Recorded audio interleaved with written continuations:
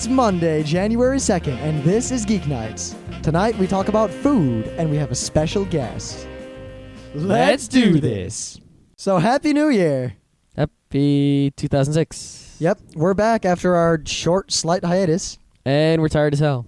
Yeah, we had a lot of people over for a crazy party all weekend, and they're all still here, and we're upstairs locked in a bedroom doing the show. Well, some of them are still here. Yeah. So we started off the new year with a brand new, the exploit that we talked about a couple shows ago, the WMF in Windows. It's an image file that if you display it or access it at all, it can infect your computer with anything, like full access. No matter what program you're using, if a picture can be displayed by that program, and it displays a picture in this format, and that picture has the bad stuff in it, then your computer will be screwed. And, well, somebody made a worm that's exploiting this. Well, there you go. It's an Windows IM exploit worm. found, Windows exploit used.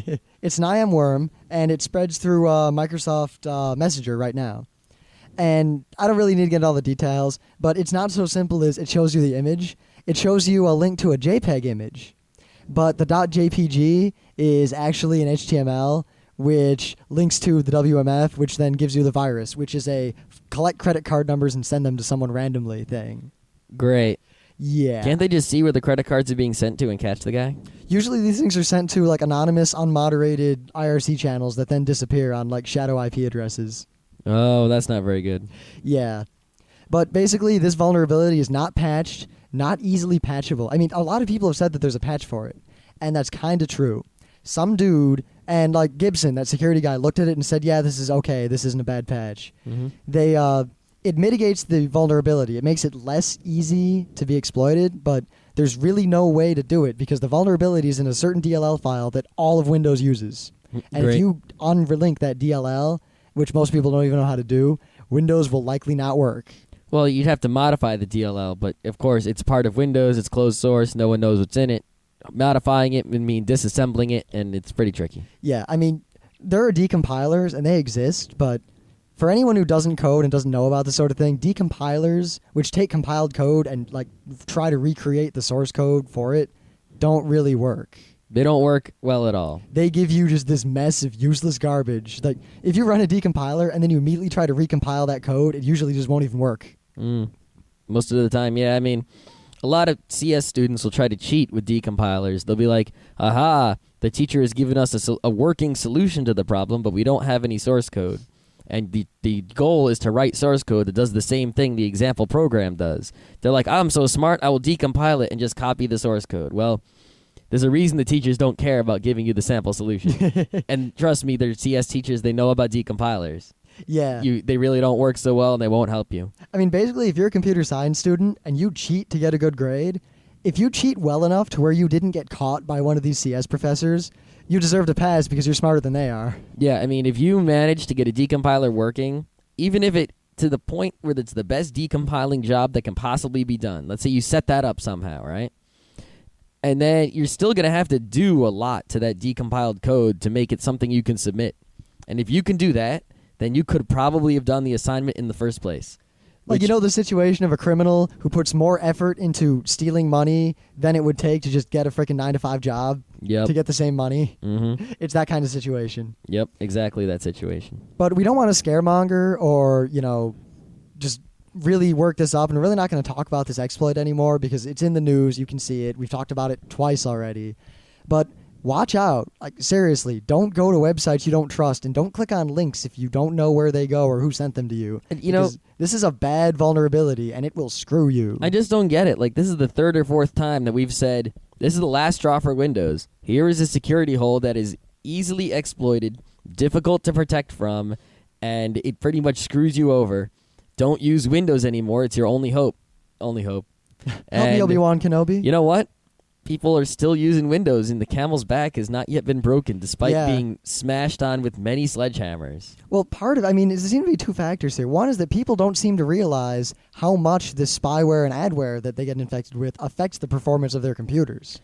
I mean, a clean Windows XP system with all the service packs. With old XP, without all the crazy patches preventing, security holes. But even with all the patches, it's not that bad. It's pretty stable, and it's generally pretty good. But most people have so much spyware on the machines, and they don't realize it, and that slows the computer down to the point that they think they need to buy a new one. Yep.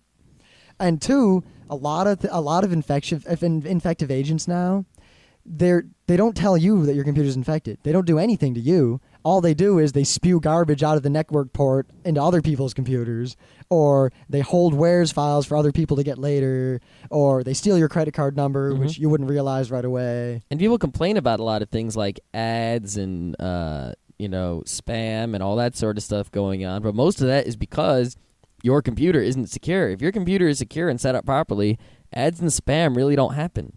Yeah, most spam comes from people whose computers who are all infected. That's where the spam comes from. It's you. You're sending the spam, but you don't know it. There was a guy at my work, who doesn't read Slashdot, and he said he didn't read it because of the ads. And I said, what? Those are like the most unobtrusive ads ever, and if you really wanted, you could block them. And he was like, unobtrusive? They're pop-ups and pop-unders, and they pop all over the place. And at this point, I was like, what? Slashdot doesn't have pop-ups. It never will and never has. Never did. It never will. Even if Slashdot turned evil, they wouldn't use pop-ups because they're not stupid. Mm-hmm. So I look at his computer, and he's got just like pop-up spyware, and apparently it just randomly it happened to pop up a lot of the ads when Slashdot was open, and he assumed that Slashdot was the cause. Mm-hmm. Yeah. I couldn't even fix it because adware is not free to corporations, and this was his work computer, and I just told him you to can go to use hell. Microsoft anti-spyware, but none of the spyware things are complete enough. There's no way to 100% protect yourself, and it's just not worth the effort of protecting. So I guess if you need a New Year's resolution and you're a computer guy at all, or a computer girl, if you use your computer more than once a day, try to learn Linux. Get an Ubuntu CD or a Linux, just any sort of Linux Live CD, and just play with it. Because within a few years, you might need to move off of Windows if things get bad enough. Yeah, you might just, if you depend on your computer for your business, or especially for your business, but for your entertainment or for anything, then, Windows just might not cut it in a few years if Vista, is all DRM'd like they say it's going to be and such. Now, we're not trying to be Linux zealots like, use Linux, open source. You can get an Apple if you got mad monies. Yeah, get an Apple. Apples are fantastic. We're thinking about buying one to do this show. Yeah. But this is it's good advice from us to you. You really... Knowing Linux over the course of the next couple decades is going to be a very useful skill in the world. And even if you don't think it will be, you'd be surprised. Yeah, even if you're not even a computer guy or anything, if you're just, some normal person, this is a nerdy thing that is going to come and affect you. A lot of people are like, they're in some profession and they say, oh, the things in my profession affect other people and they don't even know it. And then you walk around seeing other people getting screwed by that thing like if you're a florist and you see people buying bad flowers and you're like, man, you should really know this. You wouldn't buy bad flowers. It's affecting you in a bad way. A florist doesn't know about computers, but, if other people bought better flowers, that would make the florist happy, and it would make the people a lot more happier because, they just don't know. This is a thing that you should know that can help you out. So in Japan, they have these hotels I think are really cool. They're called the capsule hotels, and basically it's like this tube, like a tube just big enough for a person to fit in. They're actually a little bigger than that. You can kind of sit up if you're not too you tall. can kind of sit up. It's not really just that small. It's not like a coffin. No. It's a little bigger than that. But it's not big at all. I mean, they stack these things up vertically and horizontally and everything. And it's pretty much a cheap hotel. So if you're one person on a business trip and you want to save money, you pay a very small fee and you get a bed and like a little TV next to your head for the night. And it's very practical and efficient. Yep, and usually in the building or next door, there's a bunch of public showers and things, so you can shave and shower and do all that stuff before you go to sleep. Yep, not like these American hotels where you have like all this space and you have to pay huge amounts of money and go through a whole ordeal and you get furniture you don't use and all this kind of stuff, like, the kind of space you would need if you were staying for weeks and weeks and weeks, which some people do need, but most people stay in hotels for maybe like a weekend, and you don't really need all that stuff, there's no point to it. So someone is finally taking this idea out of Japan and into London. And they're calling it, the company, I think they're calling it Yotel, Yotel. Yep, Slashdot called them coffin hotels. Yeah, it's not quite coffin-sized. It's actually bigger than the Japanese hotels. They're 10 meters by 10 meters squared in floor space. And the ceiling is actually as high as, a normal ceiling is.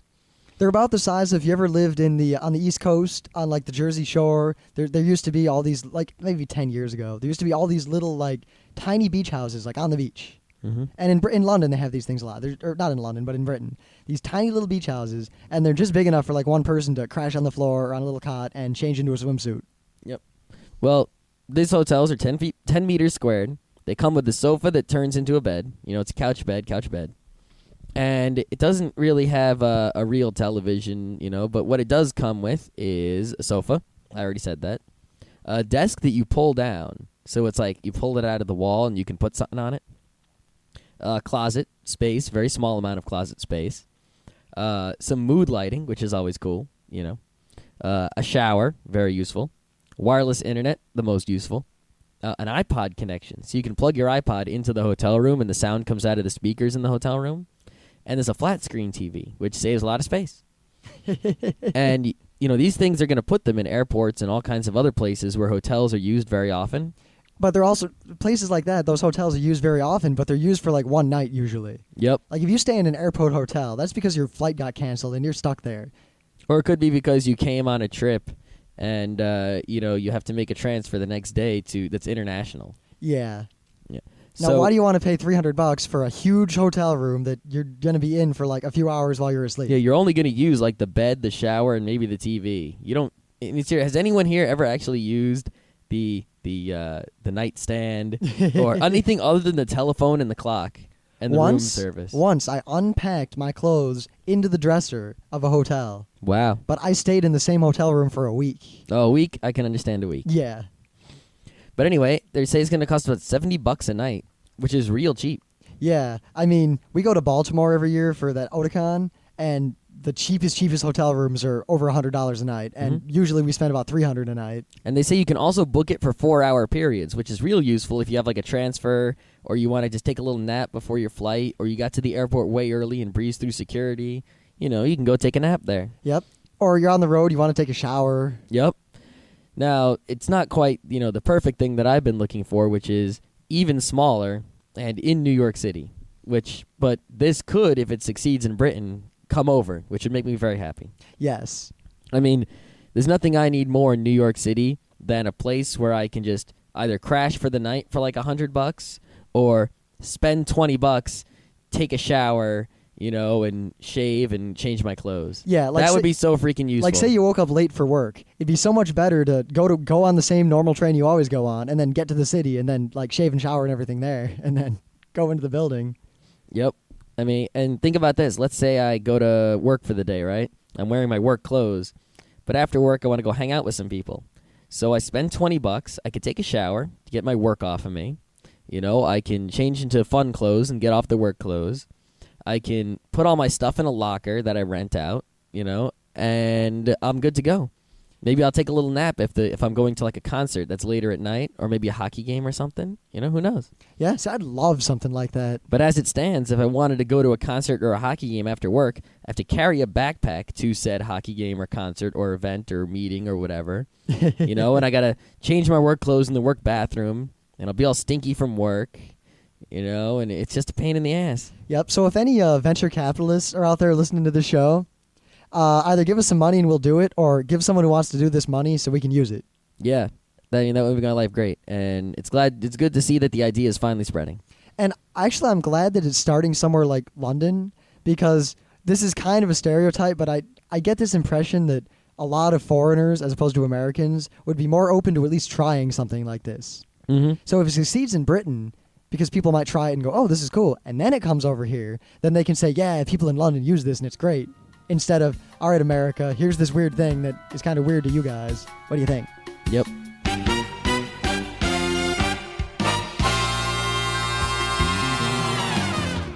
All right, so 3D Realms. They were that game developer, publisher back in the DOS days that you saw in every freaking game. Yep. They're still around or no? They're technically still around making that, Duke Nukem Forever game.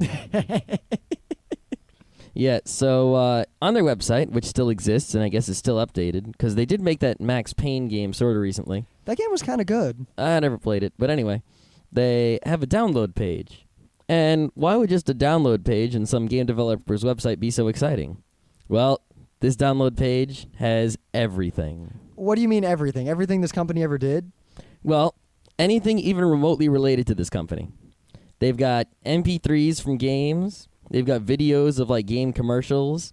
They've got every shareware demo and patch for every one of their games. Hot shit. They've got DOSBox and assorted DOS tools to make things like networking work. They even got a video of an interview with some of their developers. Now, if you don't think that's so cool, let me remind you of some of the great games made by this company. All of the Duke Nukem games ever. Raptor Call of the Shadows. That was my favorite shmup ever. Terminal Velocity, which is the 3D shmup. That was awesome. Every Commander Keen. Crystal Caves. I never played Crystal Caves. Crystal Caves is all right. What was it? I don't really remember. I just remember I liked it. Then why'd you even bring it up? Because I remember those words, Crystal Caves, and associated them with good game. Great. Rise of the Triad, which was like the awesome first-person shooter where you had like the Hand of God and like a dog's head for a hand and other weird stuff. And you could go up and down. That was the big deal on that one. Wolfenstein 3D. Ah, yes, Wolfenstein, which yeah, we just talked about. All the early id software was under 3D Realms somehow. I don't remember the exact legal whatevers. Because I really didn't know that. Yeah. But there are also many, many, many others here. And I would say of any download site and any page ever, this is the most useful one. Luckily, we don't have enough listeners yet to wang or Slashdot or Fark it. No. They were wanged recently, and they're still good. Oh, really? Yep. Damn. They're fine. So my thing, I really like sushi and that sort of Japanese food. And we're doing our show today about food just for no reason. We couldn't come up with anything better. We're such geniuses. Yeah. And basically, this is an instructional video on Japanese etiquette when it comes to eating sushi.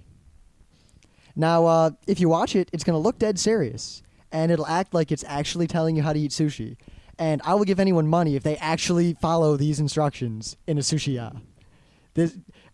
Just watch the video. That's all I can really say about this. There seem to be a lot of funny things lately where they try to make something serious, but actually it's silly. Well, like that German forklift video? Yeah, it's a really good humor thing lately, that trend of funniness.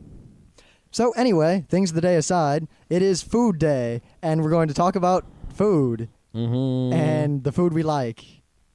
And we like lots of food. Yeah, I don't think there's anyone who doesn't like eating. Oh wait. Anorexic person. So we've got a special guest today, and he is an expert on food. His name is ArtBoy, a.k.a. Adam. Okay, so my name is ArtBoy, and I'm an expert on food.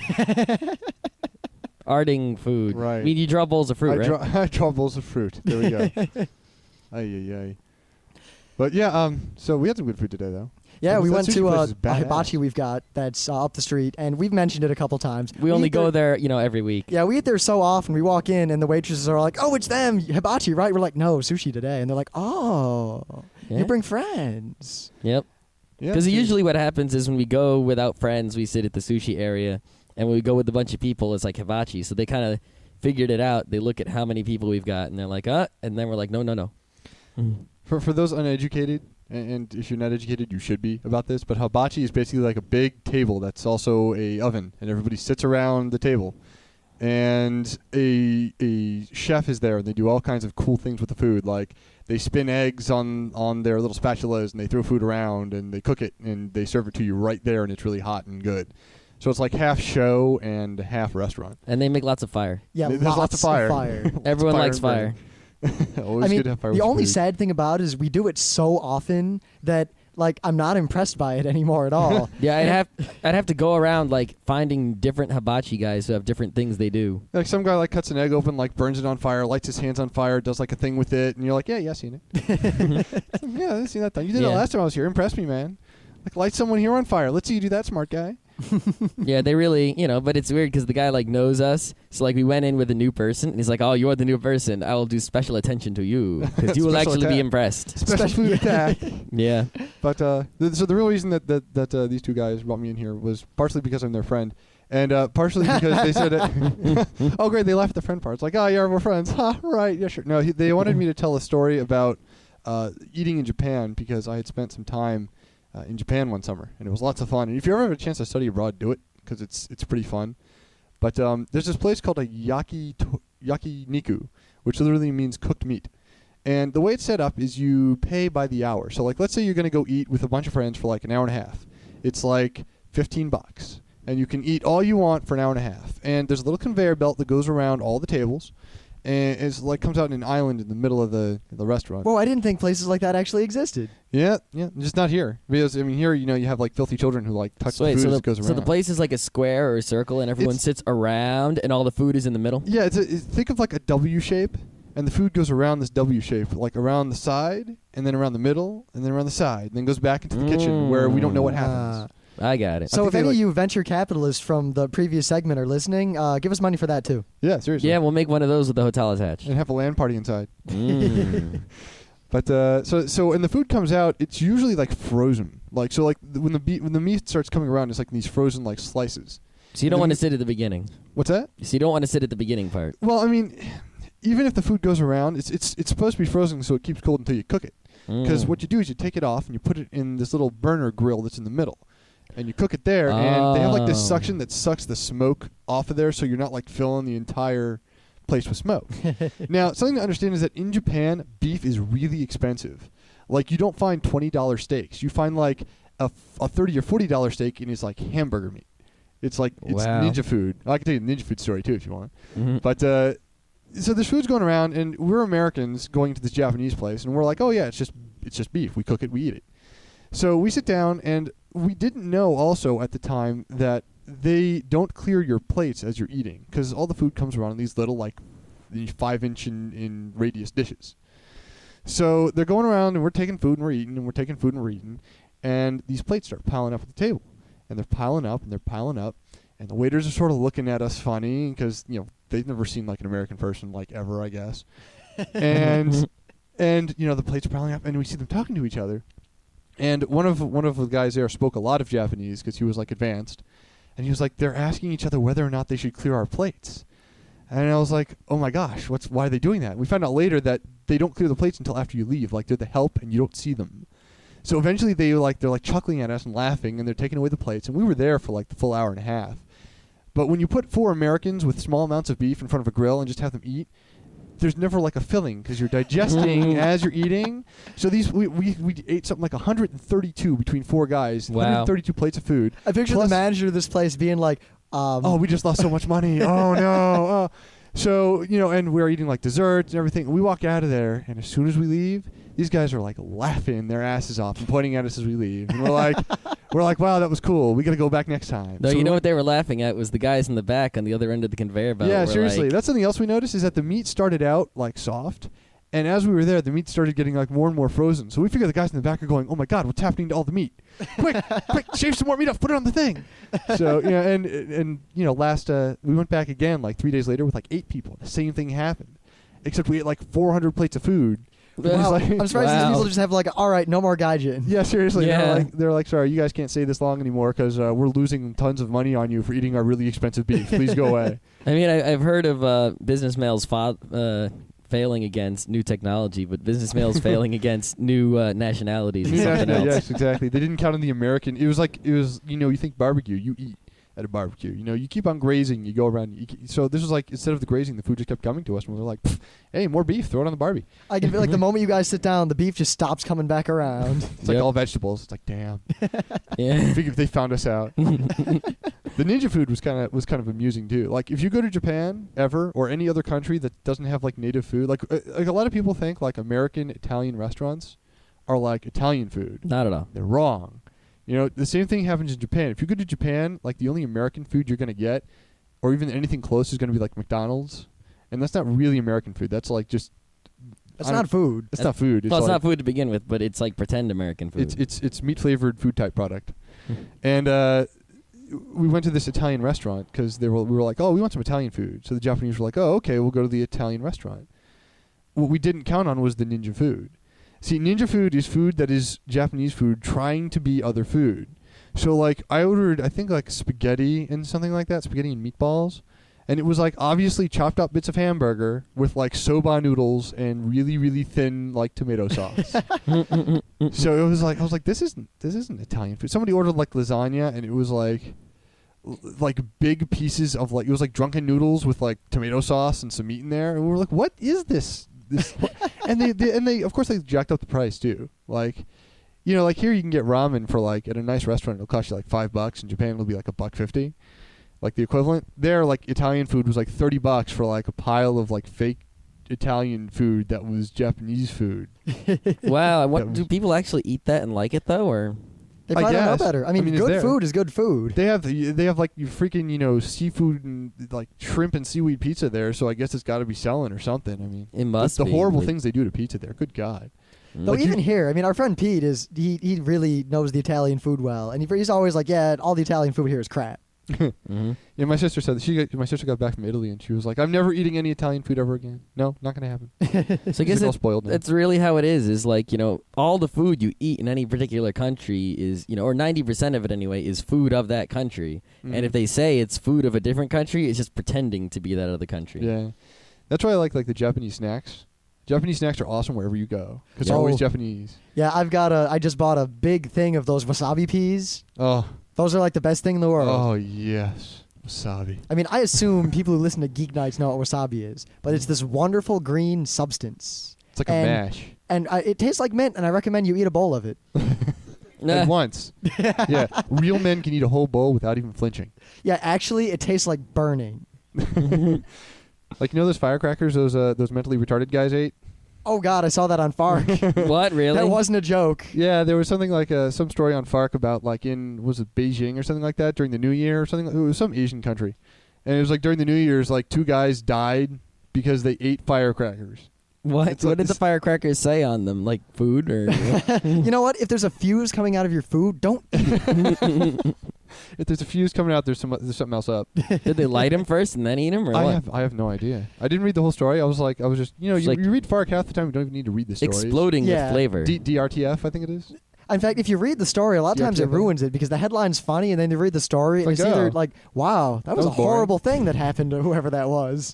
Mm. Emphasis on was. Or that was boring, or that wasn't at all what the article was, or. Yeah, I hate it when headlines are misleading. That just pisses me off all the time. Except the fake headlines on Fark, the ones that are there just to trick news anchors and morning radio news guys who like to just read Fark for their living. That was something Mm. disappointing I noticed also. Like on my local wacky DJ radio show, like back in Maryland where I used to live, used to have Elliot in the morning, and they would always get all these funny news stories, and I was like, aha, funny news stories. And then I was like, wait a minute, He's reading Fark. it's all just off of Fark. Yeah, every now and then Fark will put like a fake story. And then in the comments, it'll be like, all right, this story's fake. Or we just made this up. Or we linked to a parody site, we know it's fake. And then it's just kind of a game to see how many news people report it as truth. Hmm. That's always good. And then they'll be like, you know, W whatnot reported this is true. K something something something said this was cool. www.kdumbass.com or whatever it was. This morning radio guy reads Fark. So does this one. They Yeah, you all know do. what? We read Fark, and we're not on the radio, but unless we get some pirate radio going at some point. Yeah, I don't think pirate radio is necessary when you have podcasts. That calls Yeah. for an MP3. That we need the pirate radio MP3 now. Mm. So anyway, food. Yeah. What other Mm. interesting food stories have we run across recently? Well, I don't know. We've had a lot of food trouble lately trying to, you know, have a party. Yeah, we've learned that, like we said previously, yes, our friends can eat all the food we have. Yeah, I mean, we never really we've had parties before, but we never really provided food because We well, were poor.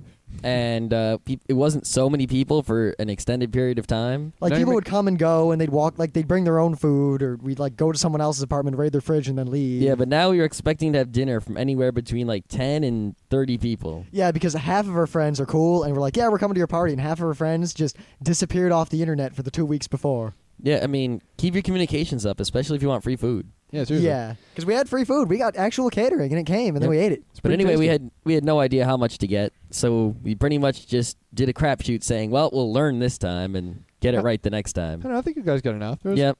Yeah, no one said, I'm. I'm hungry after we ate. There's still plenty left downstairs. We and just stuff. called the pizza guys and we said, bring 2 trays of this and a tray of garlic knots. And Oh, those garlic knots. Yeah, we should have Oh. gotten twice as many of those. yeah, I don't know why we got so. I didn't realize there were a lot of garlic knots when I opened it up, and I said Yeah, they that'll were be gone. enough. I had like one, and there was like a whole plate. So someone was like scarfing. I had 3 or 4. someone But was there were stuffing them like somewhere. 50 in there. I think somebody just jacked like a whole bunch of them at once. I don't It know must who have that been.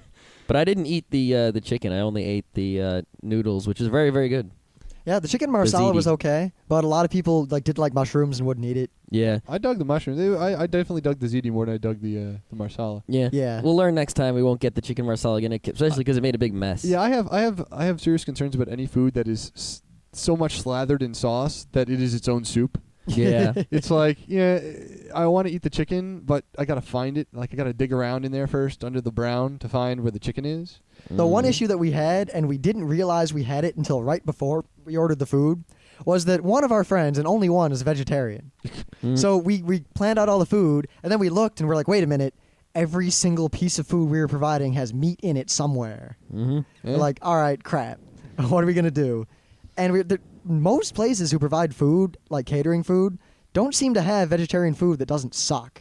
Yeah, Didn't well, you get at a least salad? the problem made a is salad. that we can't really ask And a for all of you who were vegetarian. at the party, I made that salad in a pair of boxers, earlier in the day. Wow. Yeah. I've never had salad that has been mixed inside of boxers before. I'm glad I didn't eat it.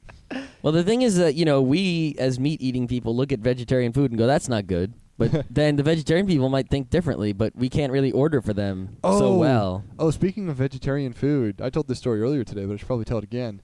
An old roommate of mine was dating a girl who was a vegetarian. And this was in college, so I had 3 roommates at the time. And one of them was dating a girl who was a vegetarian, and one of them was very considerate and decided that she was going to make dinner for everyone when this girl came over. And she was going to make a vegan lasagna. And I'm not How sure would if that work? well, I'm not sure if anybody knows. I mean, an important ingredient in lasagna is meat. Yeah, so an important ingredient in everything that is vegan and not including meat is usually soy, or tofu, or some other soy-based product. So what? Unless you're a level 9 vegan. A level 9 vegan. That's a militant vegan. No, Like you you're go on only the allowed street- to eat things that don't cast a shadow. So anyhow, she decided that tofu would make a good replacement for the ricotta cheese in lasagna, and that What's wrong with cheese? I don't know. Well, cheese comes is from a cow. and Wait, it's from a cow, vegans- so yeah, you can't do vegans, that? Oh, yeah, vegans are like, oh no, you're stealing from. It's from a Wow. living Remember, thing. veg- Where do they get Vegetarian- vitamin D from? Vegetarian is I don't eat animals. Vegan is I don't eat animals or things that come from animals. Well, I So, thought like- it was just they didn't eat like eggs and things. Yeah, eggs come from animals. Milk comes from animals. But I mean, I know vegetarians who do eat eggs, but I Well, thought that's vegan. I vegetarian. thought vegan was just not egg. I didn't No, think. vegan I is a don't think step- it was not milk either. Vegan is a step more militant and a step more restrictive. Yeah, I got Wow. sworn at by a vegan once, and I was like, "Screw you, hippie! I'm higher up in the food chain. I'll eat you." Got a job. But so she makes this thing, and one of the properties of tofu, and this is sort of like little known, is that it will absorb the flavor and odor of anything that it is cooked with.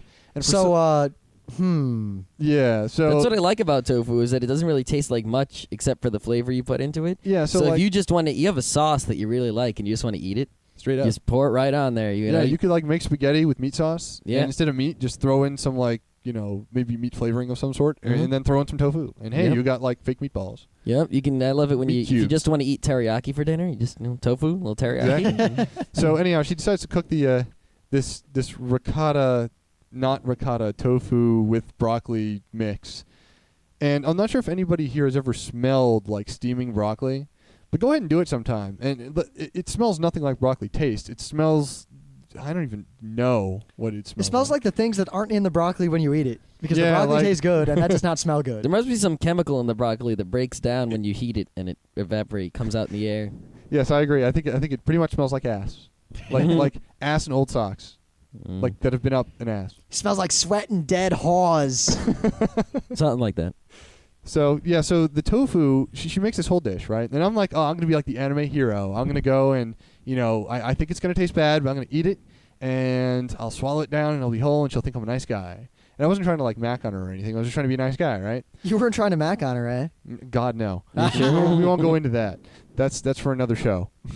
But so she makes this stuff and she serves it, and she serves me first, and then she serves my other roommate and his girlfriend who's the vegan, and she serves herself, and I go and take a bite out of it, and I cannot explain how bad this tasted. I mean, the tofu had absorbed the smell and converted it into taste.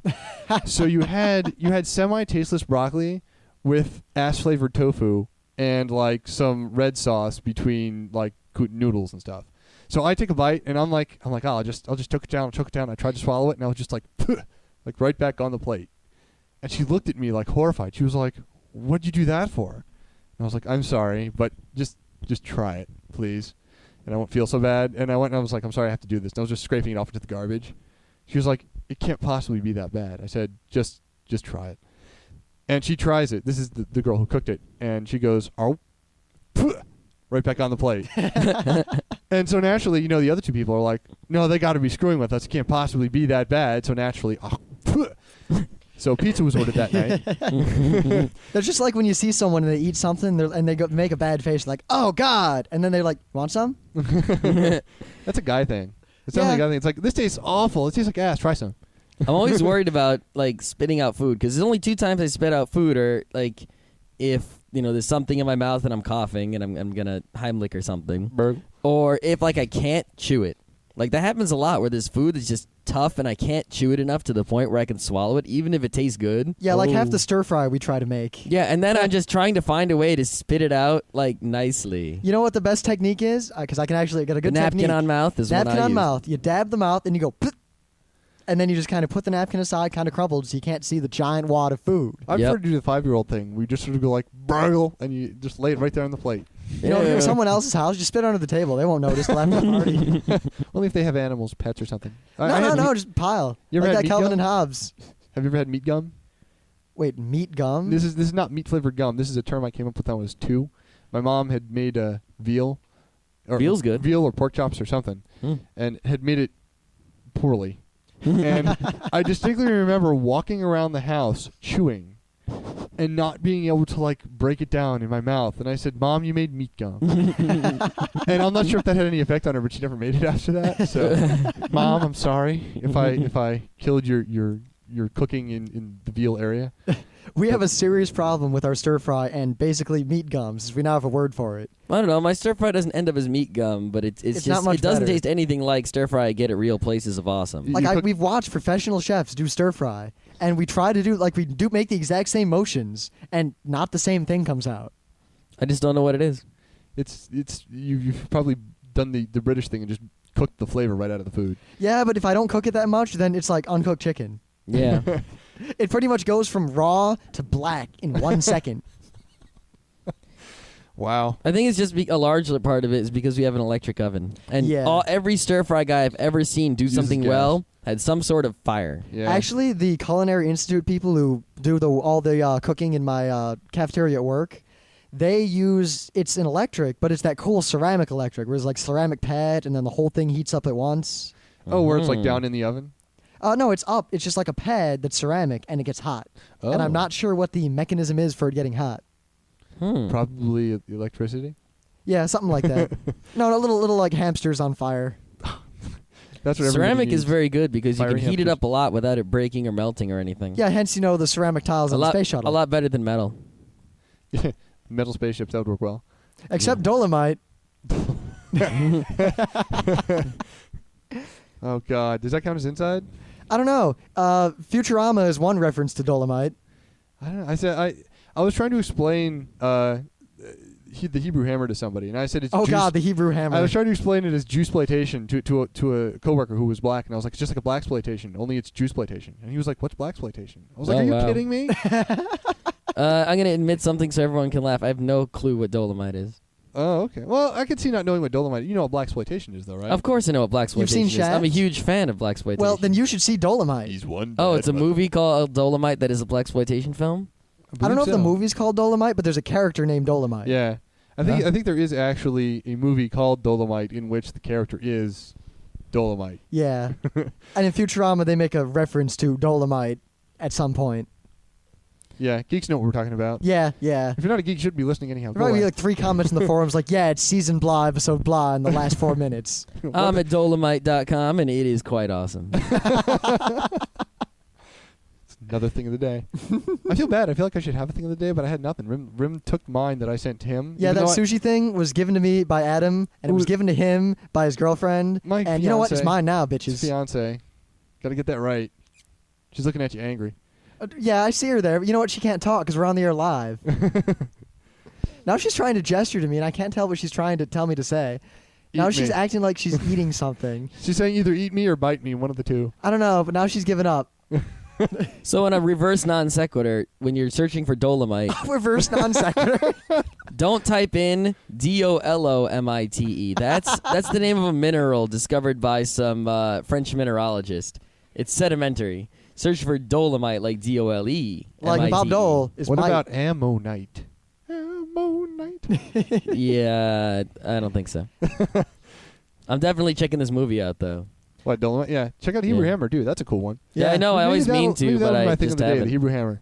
That's a holiday treat for the whole family. Well, we've still got Black Samurai, which is supposed to be a blaxploitation about samurai. And we still have yet to watch it. Like We we're could watch it. we've just been saving it and saving it and saving it. And, We could watch it after we do the show. oh my god! You have something next time to talk about, I guess. Or we could just save it forever and never actually watch it because it's probably just a be this lot running cooler joke. now than it will be after we see it. You see, I thought you were explaining the show earlier when you were talking about like the guy getting off the plane and being attacked by ninjas all the time. No, that's a different movie. That's a different movie. We That all was have this on the box same set. of DVDs. The set is just ninja movies involving ninjas. And I've discovered that while I like ninjas, almost every movie involving them is terrible.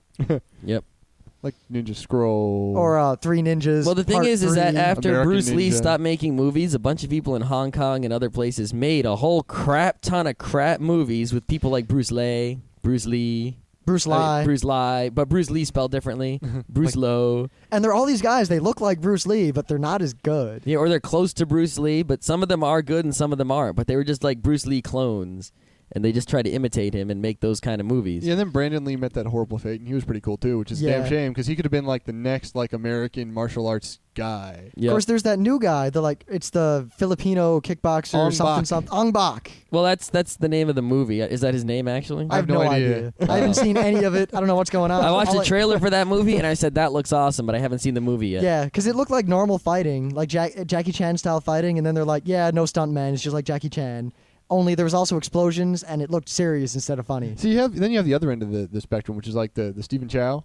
Oh God. Yeah, we were pointed out today that like, oh yeah, we watched what was it, Kung Fu Hustle, and that was awesome, and Shaolin Soccer was awesome, and God of Cookery was strange but awesome. You know what? That's a nice reverse non sequitur because I There we like that go. term. See, God it's of not- Cookery. I must have leveled up in radio or something. Yeah, we're not. Well, God of Cookery. Hey, we're talking about food again. Yeah. Yeah. So Let's if do you that. need to see a movie and you're bored, and I think it's on Netflix. This movie is called God of Cookery, Stephen and it is Chow. quite literally about the God of cooking.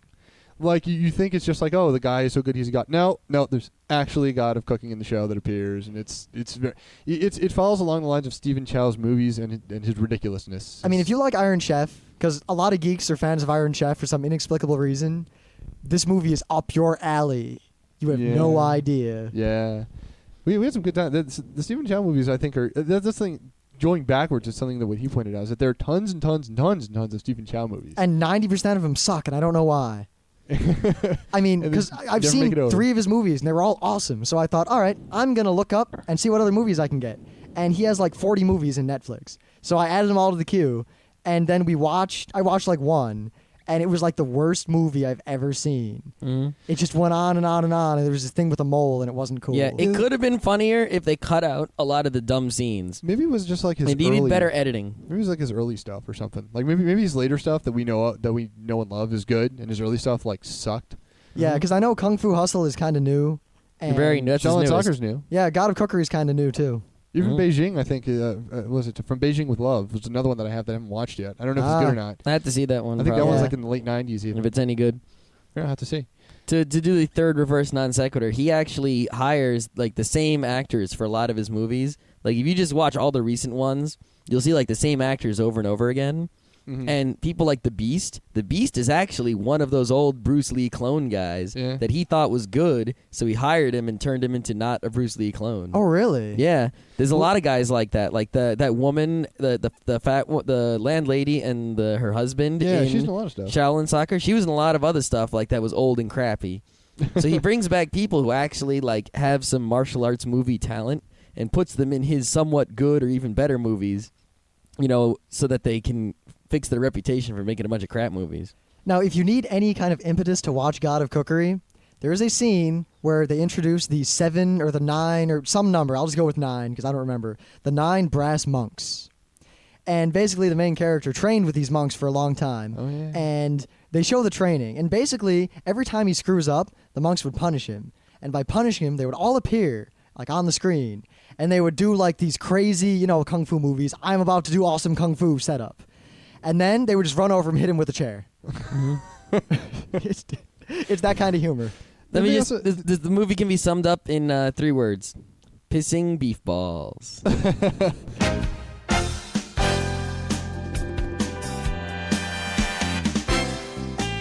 And that was Geek Nights with Rim and Scott. Special thanks to DJ Pretzel for the opening music. Thanks for listening. Please remember to point your favorite podcatcher at feeds.feedburner.com/geeknights to get the latest episodes as soon as they're released. Also, please visit our website at www.frontrowcrew.com for the latest updates and forum discussion. And whether you love or hate our podcast, we won't know unless you send your feedback to us at geeknights@gmail.com.